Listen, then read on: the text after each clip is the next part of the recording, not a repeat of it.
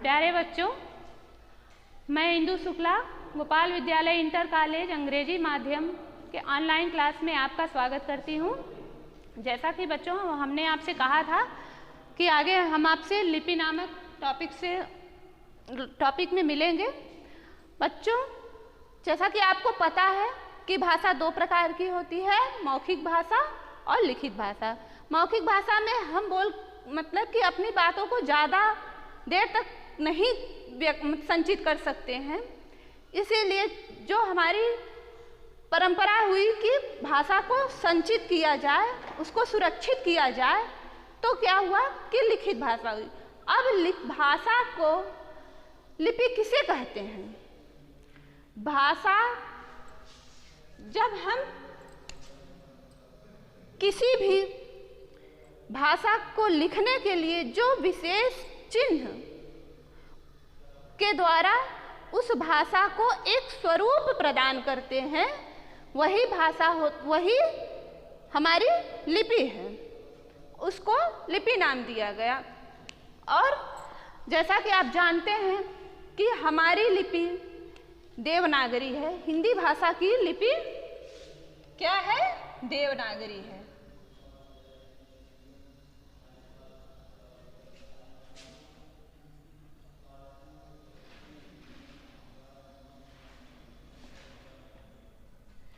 लिपि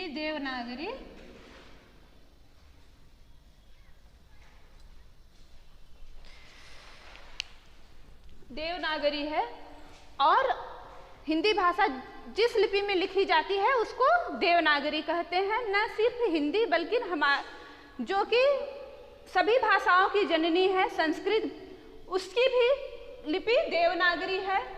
मराठी भाषा की भी लिपि देवनागरी ही है। उसके बाद बच्चों आते हैं देवनागरी लिपि की विशेषता पे।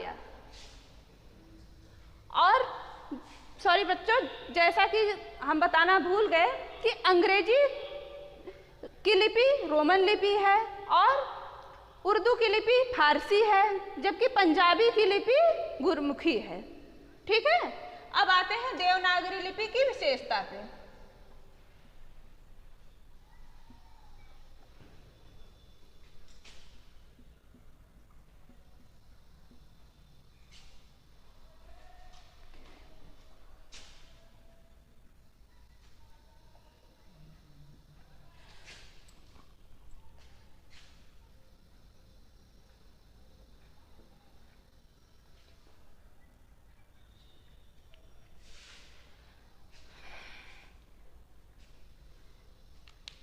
जैसा कि आप लोगों को पता होगा कि देवनागरी लिपि हमारे सर्वश्रेष्ठ लिपि है।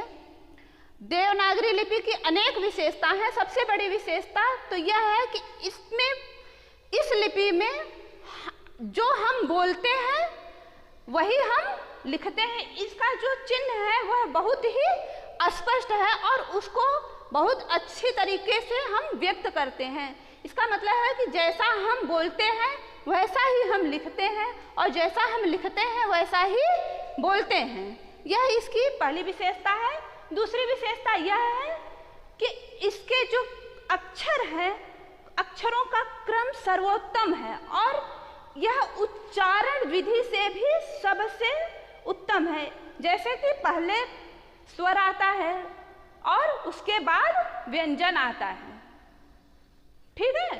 तीसरी विशेषता यह है कि इस लिपि में हमारे सभी चिन्ह भी क्या है? विद्यमान हैं, जो कि अन्य लिपियों के अपेक्षा बहुत ही श्रेष्ठ है। अब इसके बाद बच्चों हम आपको बोली नामक टॉपिक पढ़ाएंगे।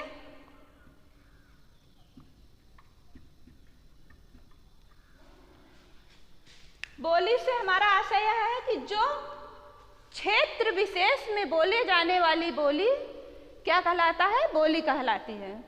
कि जो जैसे कि अगर हम उत्तर प्रदेश में रह रहे हैं, मान लीजिए प्रयागराज में हैं, तो प्रयागराज की अपनी एक बोली है।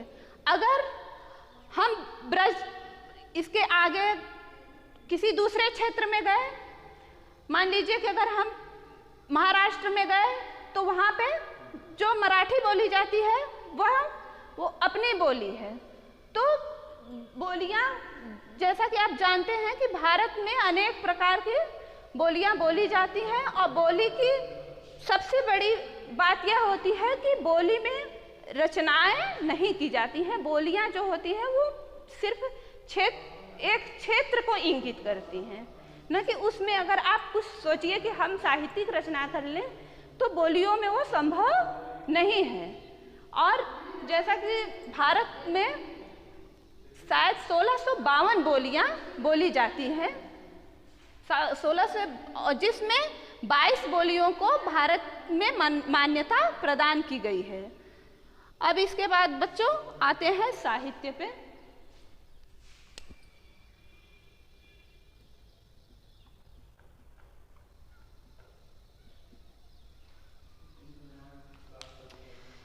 ज्ञान राशि का संचित कोष क्या कहलाता है? साहित्य कहलाता है। और साहित्य उसे कहते हैं जब हम किसी भी अपनी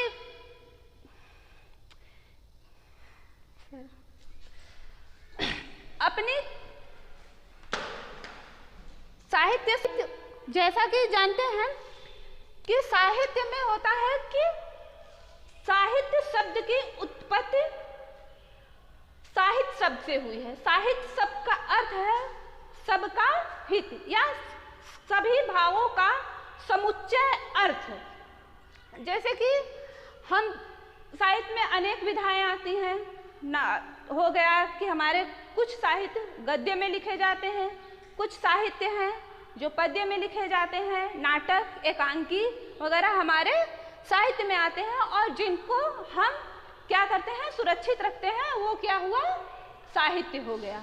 अब इसके बाद बच्चों, जैसा कि आपके प्रथम चैप्टर में है व्याकरण, तो व्याकरण में ये है कि अब हम आपसे आगे व्याकरण नामक चैप्टर से, व्याकरण नामक टॉपिक से अवगत कराएंगे। Thank you.